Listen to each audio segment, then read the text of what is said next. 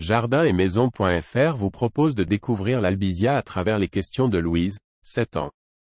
Peux-tu nous présenter l'albizia? L'albizia, également connu sous le nom d'arbre à soie, est un arbre à feuilles caduques appartenant à la famille des Fabacées. Originaire principalement d'Asie et d'Australie, il est apprécié pour son apparence gracieuse et ses magnifiques fleurs.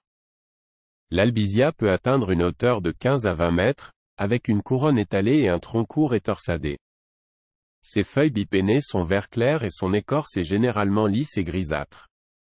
Les fleurs de l'albizia sont souvent de couleur rose ou blanche et se regroupent en inflorescences spectaculaires et plumeuses, qui lui ont valu le surnom d'arbre à soie. En automne, l'arbre produit des gousses brunes et plates qui contiennent de petites graines. Dis-moi quelles sont les caractéristiques de l'albizia. L'albizia présente plusieurs caractéristiques intéressantes, notamment sa capacité à fixer l'azote atmosphérique grâce à des bactéries symbiotiques présentes dans ses racines.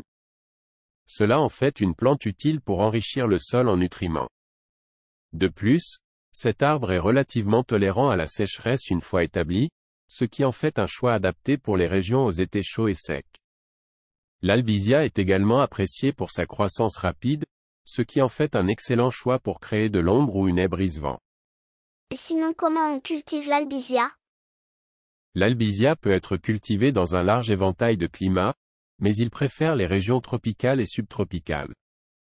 Il prospère dans un sol bien drainé, légèrement acide à neutre, et préfère une exposition ensoleillée à mi-ombragée.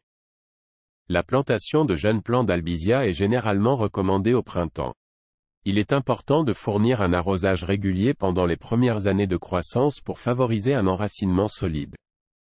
Une fois établi, l'albizia peut généralement survivre avec peu d'arrosage supplémentaire. La taille de l'arbre n'est généralement pas nécessaire, mais elle peut être effectuée pour contrôler sa forme ou sa taille si nécessaire. As-tu une anecdote sur l'albizia? Une anecdote fascinante sur l'albizia concerne son utilisation traditionnelle en médecine chinoise. L'écorce de l'albizia était autrefois utilisée pour traiter les blessures et les coupures, grâce à ses propriétés antiseptiques et cicatrisantes. De plus, les fleurs étaient réputées pour apaiser l'esprit et soulager l'anxiété. Les anciens Chinois considéraient l'albizia comme un remède polyvalent, capable de guérir à la fois le corps et l'esprit. Merci beaucoup pour toutes ces informations, j'ai appris plein de choses sur l'albizia. J'espère que comme Louise, vous en savez maintenant un peu plus sur l'albizia et je vous dis à très bientôt sur jardin-et-maison.fr.